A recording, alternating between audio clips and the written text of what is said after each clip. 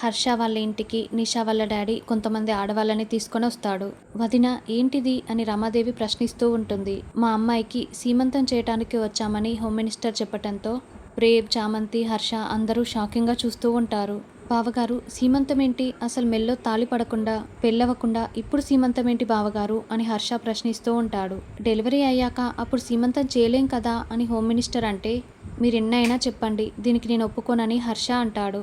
ప్రేమ్ బాబు కూడా ఒప్పుకోడులే అని చామంతి చాలా సంతోషపడుతూ ఉంటుంది. నాన్న ఇందులో డిస్కషన్ ఏముంది, నాకు అదే అనిపిస్తుంది. వాళ్ళ కూతురు ప్రెగ్నెంట్తో ఉంది. ప్రెగ్నెన్సీతో ఉన్న వాళ్ళకి ఎలాగూ సీమంతం చేయాలి కదా నాన్న అని ప్రేమ్ చెప్తుంటే చామంతి, హర్ష చాలా షాకింగ్గా చూస్తూ ఉంటారు.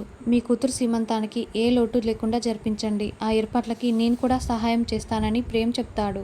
దాంతో నిషా, రమాదేవి, రోజా అందరూ చాలా సంతోషపడుతూ ఉంటారు. కానీ చామంతి, హర్ష మాత్రం ప్రేమ్ ఎందుకు అలా చెప్పాడా అని షాకింగ్గా చూస్తూ ఉంటారు. మరి ప్రేమ్ నిషా సీమంతం చేయటానికి ఎందుకు ఒప్పుకున్నాడు, దాని వెనుక ఏం కారణం ఉందనేది నెక్స్ట్ ఎపిసోడ్లో తెలుసుకుందాం.